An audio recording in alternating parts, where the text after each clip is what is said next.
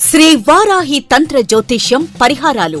శ్రీమాత్రే నమః. శ్రీ పరాభవ నామ సంవత్సరంలో కర్కాటక రాశి వారి జీవితంలో ఏ సంవత్సరము జరగని సంఘటనలు ఈ సంవత్సరం జరగబోతున్నాయి. విద్య, ఉద్యోగ, వ్యాపారస్తులకు, కళాకారులకు, వ్యవసాయదారులకు, అన్ని వర్గాల వారికి జీవితం పూర్తిగా మారబోతోంది. కనుక స్కిప్ చేయకుండా పూర్తి వీడియో చూడండి. మీకు నచ్చితే లైక్ చేయండి, 10 మంది బంధుమిత్రులకు షేర్ చేయండి, సబ్స్క్రైబ్ చేసి ఆల్ అనే ఆప్షన్ లో సేవ్ చేయండి. పునర్వసు 4వ పాదం వారికి, పుష్యమి 1, 2, 3, 4 పాదాల వారికి, ఆశ్లేష 1, 2, 3, 4 పాదాల వారికి ఆదాయం, వ్యయం, రాజపూజ్యం, అవమానం ఎలా ఉండబోతుందో ఉన్నది ఉన్నట్లుగా తెలుసుకుందాం. కర్కాటక రాశి వారికి ఆదాయం 2, వ్యయం 11, అవమానం 7, రాజపూజ్యం 4. ఈ రాశి వారికి గురువు సంవత్సరాది నుండి 1/6/2026 వరకు వ్యయమున సువర్ణమూర్తిగాను, తదుపరి 31/10/26 వరకు జన్మమున సువర్ణమూర్తిగాను, తదుపరి 24/1/2027 వరకు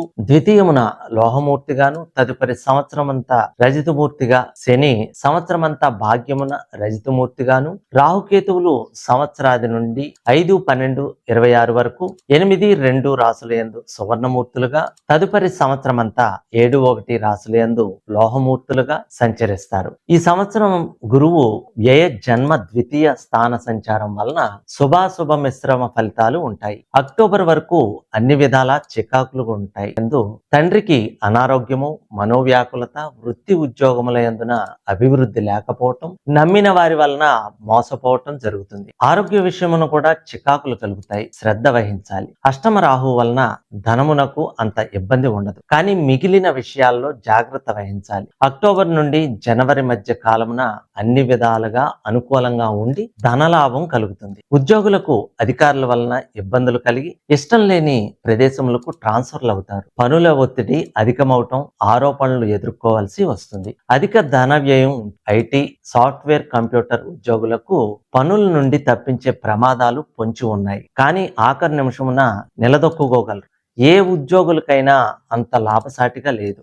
వ్యాపారస్తులకు లాభములు లేక ఇబ్బందులు పడవలసి ఉంటుంది. భాగస్వాములతో విభేదాల వలన కొన్ని వ్యాపారములను మూసివేయవలసి ఉంటుంది. ఇనుము, సిమెంట్, కలప, రియల్ ఎస్టేట్ వ్యాపార రంగాల వారికి ఈ సంవత్సరం మధ్యలో కొన్ని లాభాలు కలిగిన చెప్పుకోదగినంత లాభాలు ఉండవు. కిరాణా, ఫ్యాన్సీ వస్త్రములు, పండ్లు, కూరలు, మెడికల్, మద్యము, మాంసము, యంత్రములు, రైస్ మిల్లు, పౌల్ట్రీ వ్యాపారస్తులకు అన్ని విధాలుగా రాణింపు ఉన్నను భాగస్వాములతో విభేదాల వలన ఇబ్బందులు కలుగుతాయి. నూనె, నెయ్యి, పాలు, స్వీట్లు వ్యాపారస్తులకు కొంతవరకు లాభసాటిగా ఉండగలరు. మోటార్ వాహనాలు వ్యాపారులకు కొన్ని ఇబ్బందులు ఉన్నను వ్యాపారములు లాభసాటిగా జరుగుతాయి. స్వతంత్ర వృత్తుల వారికి, డాక్టర్, లాయర్, పురోహిత, జ్యోతిష్య అర్చకుల వారికి వృత్తి యందు అభివృద్ధి లేక ఇబ్బందులు పడవలసి ఉంటుంది. కొన్ని సమయాల్లో ఆర్థిక పరమైన ఇబ్బందులు కలుగుతాయి. ఏ వ్యాపారులకైనా అనుకూలమైన సమయం కాదని చెప్పవచ్చు. ఎవరిని నమ్మటం ఈ సంవత్సరం మంచిది కాదని చెప్పవచ్చు. వ్యవసాయదారులకు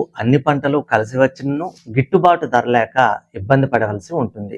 రుణ బాధలు ఉండగలవు. రాజకీయ నాయకులకు ఈ సంవత్సరం కత్తి మీద సాము వలె ఉంటుంది. నమ్మిన పార్టీలో ఉండలేక ఇంకొక పార్టీలో చేరలేక సతమతం అవుతారు. నమ్మిన వారి వలన వెన్నుపోటుకు గురవుతారు. విద్యార్థులు కష్టపడి చదివినా గాని పరీక్షల్లో ఉత్తీర్ణత పొందలేరు. చాలా శ్రద్ధతో విద్యను అభ్యసించవలసి ఉంటుంది. స్త్రీలకు కూడా కొన్ని చికాకులు, కుటుంబ విరోధాలు, బంధుమిత్ర వైరాలు ఉంటాయి.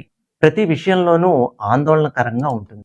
వివాహం కాని కన్యలకు నిరాశ మిగులుతుంది. దూరదేశ ప్రయాణాలు వాయిదా పడటం జరుగుతుంది. కానీ గురుని వలన అక్టోబర్ నుండి జనవరి మధ్య శుభ ఫలితాలు కలుగుతాయి. వృత్తి ఉద్యోగముల యందున్న అభివృద్ధిని చూడగలుగుతారు. తక్కిన కాలమంతా ఇబ్బందులు కలుగుతాయి. భార్యాభర్తల మధ్య అన్యోన్యత లోపము, ఉదర సంబంధమైన అనారోగ్యం వలన ఇబ్బందులు, మాట్లాడినా చాలు విరోధంగా ఉంటుంది. గౌరవ భంగము, నమ్మిన వారి వలన మోసపోవటం జరుగుతుంది. ఈ సంవత్సరం ఈ రాశి వారికి మిశ్రమ ఫలితాలు కనబడతాయి. సర్వేజన సుఖినో భవంతు.